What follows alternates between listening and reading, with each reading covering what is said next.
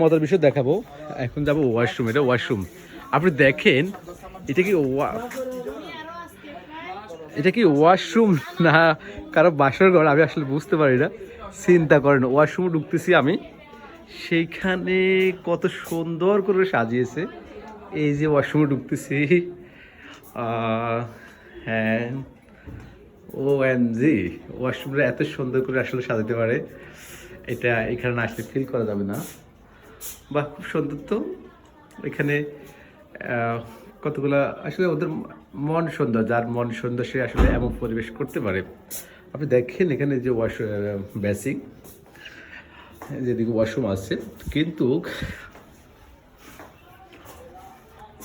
ওয়াশরুমটা এত সুন্দর করে সাজিয়ে করছে, মাশাআল্লাহ। যদিও ওয়াশরুমে ভালো লাগলো। ওয়াও, এটা এটা কি এটা? ও, এইটা ওয়াশরুম, ও মাই গড।